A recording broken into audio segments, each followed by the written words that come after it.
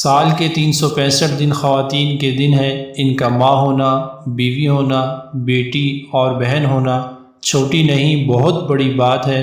اتنی بڑی بات کہ میرے نبی صلی اللہ علیہ وآلہ وسلم ان کے لیے اپنی چادر بچھا دیا کرتے تھے۔ اسی لیے کسی نے کیا خوب لکھا ہے کہ اگر جب آپ اپنے گھر کی عورتوں کا تعارف کروائیں تو صحیح طریقے سے تعارف کروائیں، یا گھر کی عورتیں اگر اپنا تعارف کروائیں تو اچھے عمدہ طریقے سے اپنا تعارف کروائیں۔ کہتے ہیں کہ اکثر خواتین جب اپنا تعارف کرواتی ہیں تو کہتی ہیں کہ میں ہاؤس وائف ہوں۔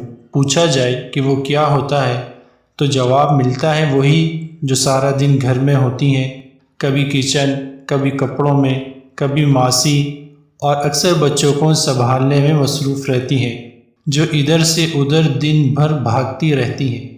میں نے کہا کہ اس تعریف کے اعتبار سے تو یہ کوئی ہاؤس فلائی جیسی چیز لگ رہی ہے۔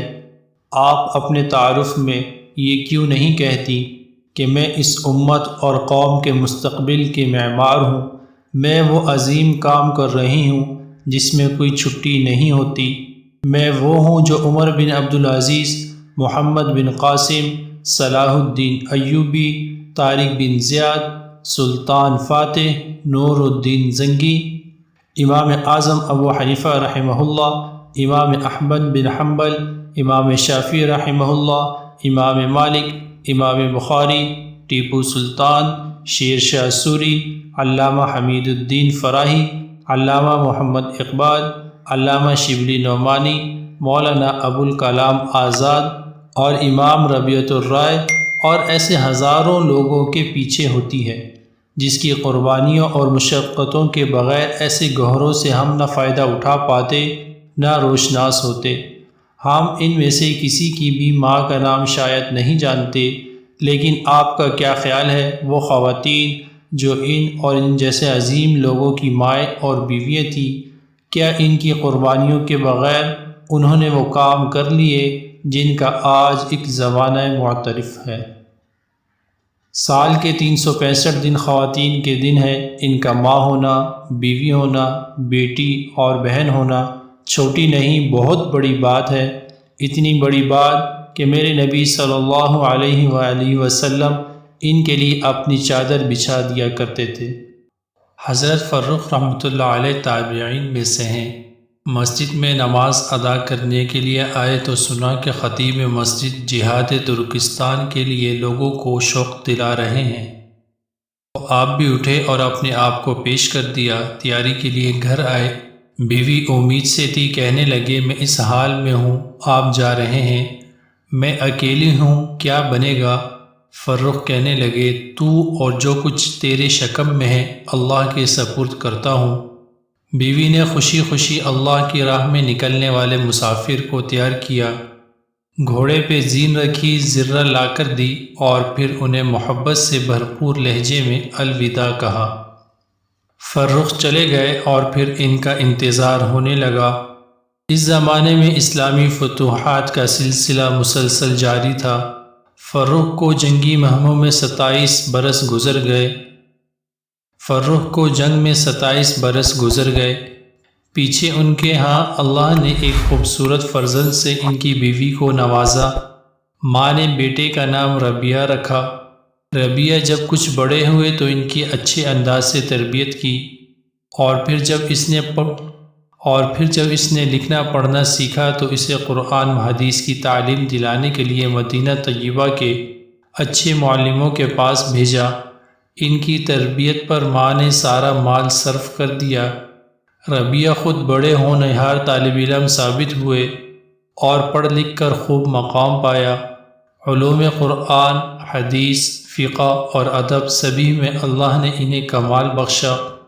پڑھنے کے بعد پڑھانا شروع کیا تو ان کا حلقہ درس بڑھتا ہی چلا گیا، اور یہاں تک کہ مسجد نبوی میں باقاعدہ سے علوم دینیہ سے سیراب ہونے والے نوجوان طلباء کے علاوہ بہت سے بڑی عمر کے لوگ بھی ان کے حلقہ تعلیم میں آتے۔ مدینہ اور گرد نواح میں ان کا علمی چرچا عام تھا۔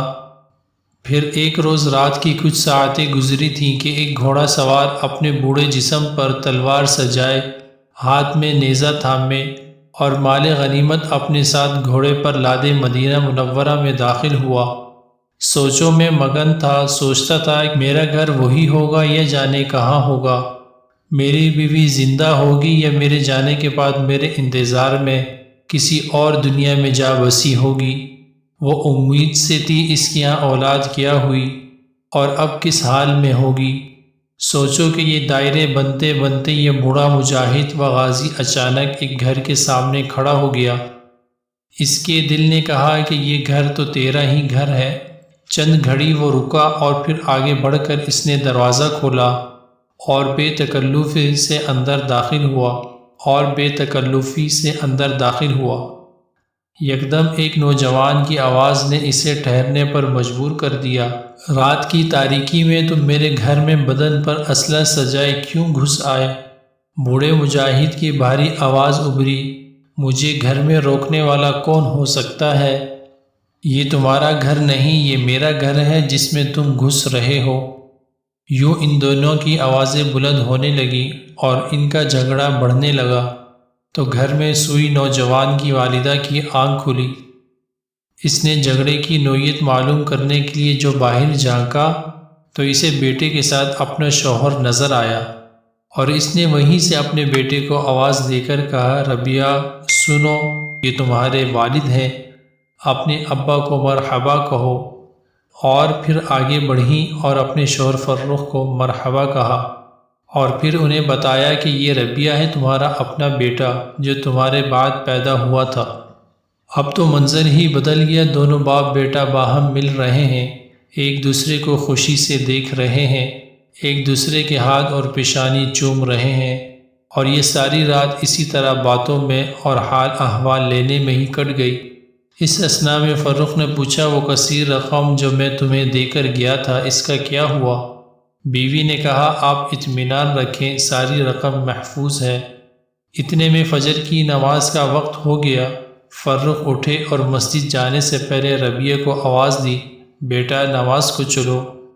ربیہ کی ماں نے بتایا کہ ربیہ تو بہت پہلے مسجد چلے گئے ہیں۔ یہ مسجد میں پہنچے تو دیکھا کہ مسجد بھری ہوئی تھی۔ نماز پڑھی اور سب لوگ اپنی اپنی جگہوں پر ادب سے بیٹھ گئے اور اپنے امام سے درس سننے لگے۔ یہاں بڑے بڑے عمائدین سلطنت بھی درس میں شامل تھے۔ فرخ بھی اپنی جگہ بیٹھے یہ درس سن رہے تھے اور خوب محفوظ ہو رہے تھے، لیکن پہچان نہ سکے یہ کون بزرگ ہیں جو مسند درس پر بیٹھے ہوئے ہیں۔ یہاں تک کہ درس ختم ہو گیا۔ فرخ نے اپنے بیٹھنے والے سے پوچھا، درس دینے والے یہ رفیع المقام عالم کون تھے؟ اس نے حیران ہو کر کہا، سارا مدینہ ان کو جانتا ہے، آپ ان کو نہیں پہچانتے؟ یہ ہمارے امام ربیعۃ الرائے ہیں۔ ان کا اصل نام تو ربیہ ہے، لیکن دین کی فقاہت میں اللہ نے ان کو وہ مقام دیا ہے کہ جہاں کسی کو کوئی علمی مشکل پیش آئے وہ ان سے پوچھتے ہیں، انہی کی رائے کو اہمیت دی جاتی ہے۔ اسی وجہ سے لوگ انہیں ربیہ کی بجائے ربیعۃ الرائے کہتے ہیں۔ فرخ نے کہا، لیکن تم نے مجھے ان کا نسب بن فلاں وغیرہ تو بتایا نہیں۔ تو اس شخص نے کہا، ہاں سنو، یہ ہیں فرخ کے بیٹے ربیعۃ الرائے۔ یہ سنتے ہی فرخ کی آنکھوں سے آنسو جھلک پڑے۔ وہ دوسرا شخص نہ جانتا تھا کہ یہ آنسو کیوں بہہ پڑے۔ پھر جلدی سے فرخ گھر آئے اور خوشی میں پھولے اپنی زوجہ سے کہنے لگے، میں نے آج تک اتنی عزت کسی کی نہیں دیکھی جس قدر ہمارے بیٹے ربیہ کو اللہ تعالی نے دی ہے۔ اللہ کا لاکھ لاکھ شکر ہے جس نے ہمارے بیٹے کو اتنا مقام عطا فرمایا۔ اور پھر اپنی زوجہ کا شکریہ ادا کرنا فرخ نے ضروری جانا کہ تمہاری اچھی تربیت نے آج مجھے خوشی کا یہ دن دکھایا۔ بیوی نے کہا، آپ کو بیٹے کی یہ عظمت و شان پسند ہے یا وہ 30,000 اشرفیاں جو آپ جاتے ہوئے چھوڑ کر گئے تھے؟ فرخ نے جواب دیا، بخدا 30,000 اشرفیاں اس مرتبے اور شان کے سامنے کچھ حیثیت نہیں رکھتی۔ بیوی نے کہا، تو سن لیجئے، وہ ساری رقم میں نے اپنے بیٹے کی تعلیم و تربیت پر خرچ کر ڈالی۔ فرخ مسکرائے اور کہا، اللہ کی قسم، ان سونے کی اشرفیوں کا اس سے بہتر استعمال اور کیا ہو سکتا ہے؟ اللہ تعالی ہمیں اپنا مقام اور مرتبہ پہچاننے کی توفیق عطا فرمائے، آمین یا رب العالمین۔